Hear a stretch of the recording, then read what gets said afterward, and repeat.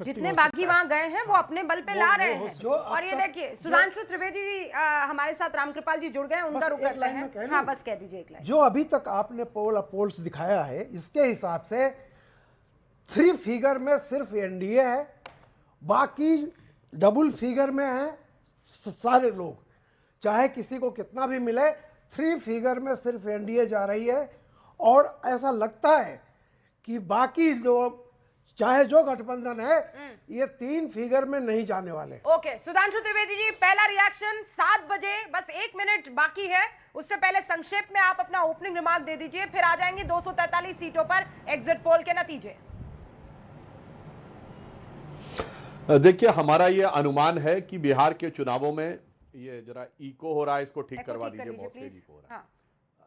देखिए जिस प्रकार से बिहार की जनता के बीच में एक वातावरण दिखाई पड़ रहा था और एक सकारात्मक भाव दिखाई पड़ रहा था एनडीए के पक्ष में, नीतीश जी की सरकार बिहार में और मोदी जी की सरकार केंद्र में, तो मुझे लगता है कि आपका जो एग्जिट पोल या जो आपके डिफरेंट एग्जिट पोल्स जो दिशा दिखा रहे हैं वो दिशा सही दिखा रहे हैं, परंतु गंतव्य जो है उस दिशा में कहीं अधिक होगा।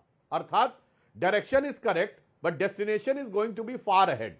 एनडीए को आप लोग दिखा रहे हैं कंफर्टेबली सरकार बनाते हुए, परंतु हमें उम्मीद है कि एनडीए बहुत निर्णायक और प्रभावी जनादेश पार करेगा। जी जी सुधांशु, जयंत जिज्ञासु हमारे साथ जुड़ चुके हैं, उनका भी रुख करेंगे। सुधांशु, मेरा अगला प्रश्न आपसे ये है कि 2 चीजें बड़ी महत्वपूर्ण होती है। एक, क्या आपको लगता है कि एनडीए को इस बार नीतीश की वजह से इतना बड़ा मैंडेट मिल रहा है? नरेंद्र मोदी एक फैक्टर जरूर होंगे, लेकिन नीतीश की तरफ एक सिंपैथी, एक करुणा जरूर थी जिस तरह से उनको टारगेट किया गया।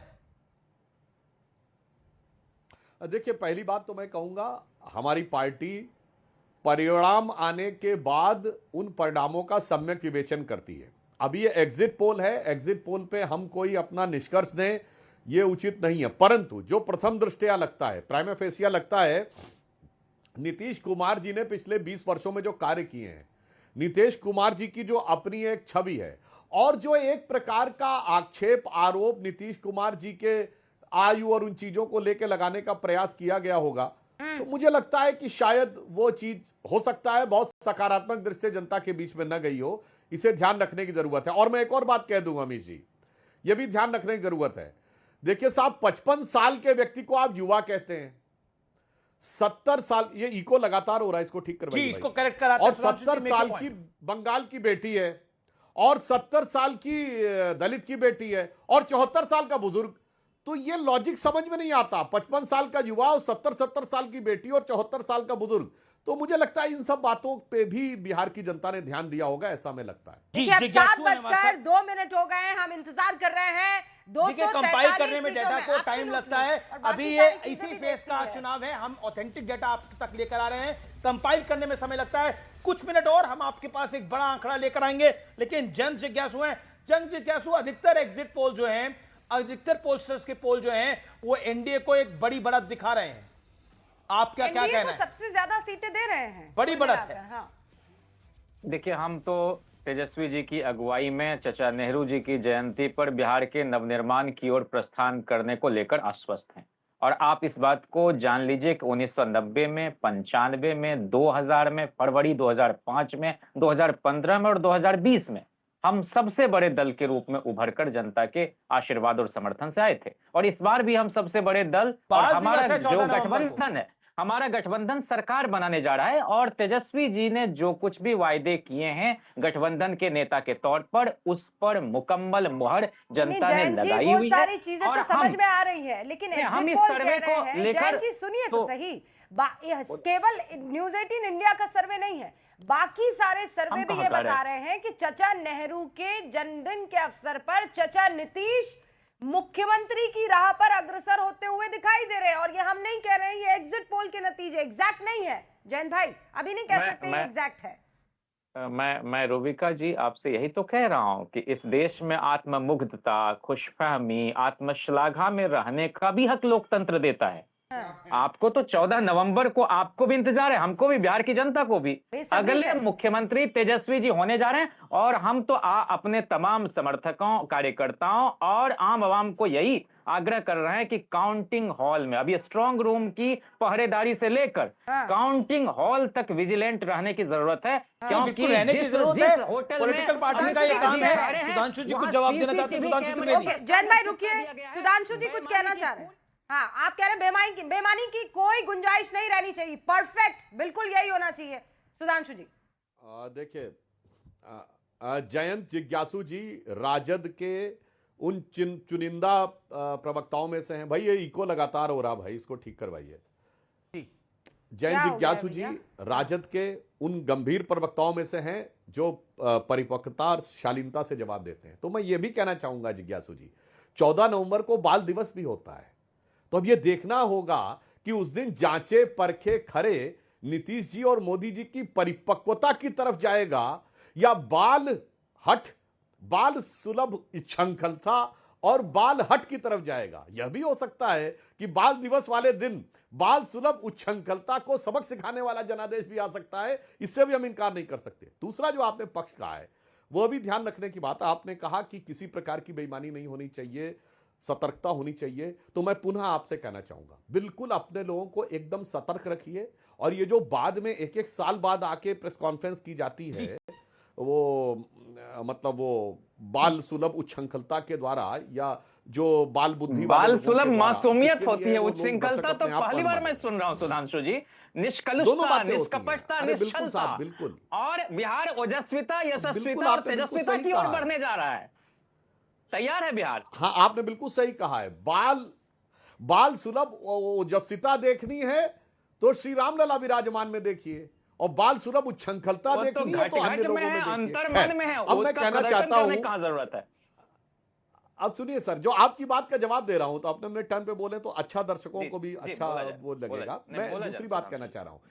देखिए, जो सूची थी, अब तो सारे मतदाता सूचियां होंगी ना, सारे लोगों के पास, पोलिंग एजेंट्स के पास आती हैं, तो हर पोलिंग बूथ पे 1000-1200 ही वोट होते हैं। तो अब तो आप कह दीजिएगा कि अपने सारे लोगों से, खासकर कांग्रेस पार्टी वालों से कह दीजिएगा, भाई सब देख लिया है ना, 22-22 लोगों पे एक जगह फोटो तो नहीं है, एक वोट पे 2 बूथों पे 200 लोगों की फोटो तो नहीं है, कोई वोट गलत तो नहीं है। ये सब जांच परख लीजिएगा। ये मत कहिएगा कि अरे 45 दिन बाद जब सीसीटीवी वो हो गया तब हम कह रहे हैं अरे ऐसा था वैसा था। अभी मतदाता सूची आपके पास है, तो खासकर दायित्व चुनाव आयोग का है, वो गृह विभाग, वही मैं कह रहा हूं, कांग्रेस के लोगों को गृह विभाग का काम है, वो सोया हुआ है। अमित शाह जी को दिल्ली में होना चाहिए। आंतरिक सुरक्षा के लिए सबसे बड़ा खतरा दिल्ली में ही अमित शाह भैया, वाले अमित शाह जी। एक सेकंड, देश के गृह मंत्री दिल्ली में ही है। आपका एजेंट तो वहां रहता है भैया पोलिंग बूथ पर। अमित शाह दिल्ली में ही है। ये जानकारी क्यों भ्रामक जानकारी दे रहे हैं? अमित शाह दिल्ली में ही है। आज 4 बैठक करी है उन्होंने। आज दिल्ली ब्लास्ट को लेकर 4 बैठक करी है उन्होंने। कल वो एलएनजेपी हॉस्पिटल गए थे। ऐसा नहीं देखा है जो सूबाई इंतखाब में इतना मसरूफ रहता हो और देश की स्थिति इतनी बिगड़ती चली जाए। जो जिम्मेदारी उनको अखलाकी और आईनी निभानी चाहिए, उससे सर्वथा वो विमुख नजर आ रहे हैं, और यही दुश्वारी का सबब है। ओके, सुधांशु त्रिवेदी जवाब। पोलिंग एजेंट की बात है, हम कह रहे हैं चुनाव आयोग को भी निष्पक्ष नजर आना चाहिए, अपने दायित्व का निर्वहन करना चाहिए। ओके, जिज्ञासु जी आपने बात, आपने बड़ी सुंदर हिंदी में अपनी बात को रखा, और सुंदर उर्दू में भी खूबसूरत उर्दू में भी अपनी बात को रखा। ओके, सुधांशु जी, हिंदुस्तानी ज़बान है, इसमें क्या दिक्कत नहीं, है? बिल्कुल, अरे अच्छी है।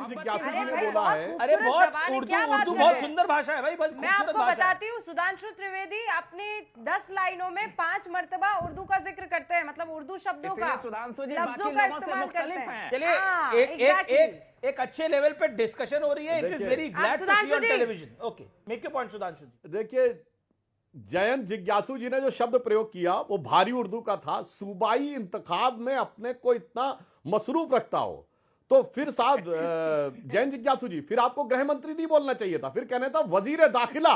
तो गृह मंत्री को फिर उर्दू में वजीर दाखिला कहते हैं। मगर मैं ये कहना चाहता हूं, एक उसमें दोनों अरे भैया, आप दोनों हमारे दर्शकों को क्यों कंफ्यूज कर रहे हैं? अरे न्यूज़ 18 इंडिया देख रहे हैं, उनको लगेगा वो कहीं किसी और दूसरे चैनल को तो नहीं देख रहे हैं। अच्छा ये नॉर्मल आदमी को कम से कम 6 घंटा 8 घंटा अब मैं सोना शुद्ध- चाहिए। अच्छा, जिज्ञासु जी थोड़ी हो। एक अब अपने करके टर्न पे बीच बोलिए। में ना बोले, एक एक बोलिए ना, करके बोलिए। अब इत्मीनान मैं से। शुद्ध हिंदी में बोलता हूं। ओके, उनका शुद्ध कहना हिंदी यह इजाजत था से ही कि बोल रहा था। यदि गृह मंत्री प्रदेश के चुनावों में अत्यधिक व्यस्त रहते हैं, इस पे उनको आपत्ति थी, मगर प्रदेश के चुनावों में अंतर्राष्ट्रीय पर्यटन में व्यस्त रहते नेता, उस पे आपत्ति नहीं है। बिहार के चुनाव के दौरान मलेशिया भी जाते हैं और कोलंबिया भी जाते हैं और फिर आकर बताइए, मोदी ब्राजीलियन जी मॉडल भूटान के बारे चले गए में हैं, विचार कुछ बताते नहीं करे, हैं हम और सब हरियाणा के बारे में बताते हैं। तो मुझे लगता है आपको राष्ट्रीय से ज्यादा अंतर्राष्ट्रीय विषय में देखना चाहिए। अब रही बात दूसरी, जो दिल्ली में घटना हुई है, उस घटना के बारे में भी मैं एक गंभीर बात कहना चाहता हूं अमित जी। इस घटना में आधा दर्जन डॉक्टर इन्वॉल्व है। यह एक बहुत गंभीर सोचने की बात है इस देश के लिए कि जो लोग ये थ्योरी देते थे कि जो लोग अशिक्षित और निर्धन रह जाते हैं वो आतंकवाद के शिकार होते हैं, अब वो थ्योरी पूरी तरीके से ध्वस्त हो गई है। एक पढ़ा लिखा व्यक्ति और जो बहुत अच्छा मुकाम पा चुका है और उसके बाद अगर वो आ रहा है, इसका मतलब बहुत साफ हो गया। देखिए, चुनाव खत्म हो गए, इसलिए मैं बात खुल के बोल सकता हूं। जो लोग कहते थे विकास की बात करो, पढ़ाई लिखाई की बात करो, मैं कहना चाहता हूं पढ़ाई लिखाई तो उनके पास पूरी थी, विकास भी पूरा था। इसका मतलब जितना पढ़ाई जरूरी है, जितना लिखाई जरूरी है, जितना कमाई जरूरी है, उससे ज्यादा खतरनाक वायरस की सफाई जरूरी है। अगर दिमाग में खतरनाक वायरस पड़ता जा रहा है और हम उस विचार को रोकने का प्रयास नहीं करेंगे तो खतरा होता है। अनुराग भदौरिया जी बैठे हुए, इनकी पार्टी ने जानते क्या काम किया था? डीजीपी लेवल के अधिकारी पे आतंकवाद के आरोपी व्यक्ति की लू से लगने की मौत पर 302 का मुकदमा, और सुनिए उनके खिलाफ आरोप मुक्त जो आतंकवाद के आरोपी हैं उनको कोर्ट में दिया कि सरकार विड्रॉ कर रही है उनके केसेस। और विक्रम सिंह साहब डीजीपी थे और डीजी थे अपने ब्रजलाल जी जो इस समय हमारी पार्टी के सांसद हैं। इनकी सरकार ने उनके ऊपर 302 हत्या, मतलब जांच नहीं, इनकाउंटर नहीं, हत्या का मुकदमा दर्ज करवा दिया। जब तक ऐसी जहनियत रहेगी तो एक बहुत बड़ी चुनौती रहेगी। इसलिए आज सुधांशु त्रिवेदी, इस देश के अंदर वो कालखंड हमने देखा है जिसमें दो एजेंसियां आतंकवादी के ऊपर आमने सामने खड़ी हो। दो एजेंसियां आमने सामने खड़ी थी इस देश के अंदर, यूपीए के काल के अंदर, और कोई पूछने वाला नहीं था। गृह मंत्री शांत थे तत्कालीन। दो एजेंसीज आमने सामने खड़ी थी। और आज लोग बात करते हैं, कई बार बात करते हैं टेररिज्म की, तो ये सवाल मैं उनसे पूछता हूं और किसी के पास कोई जवाब नहीं है। यूपीए के काल में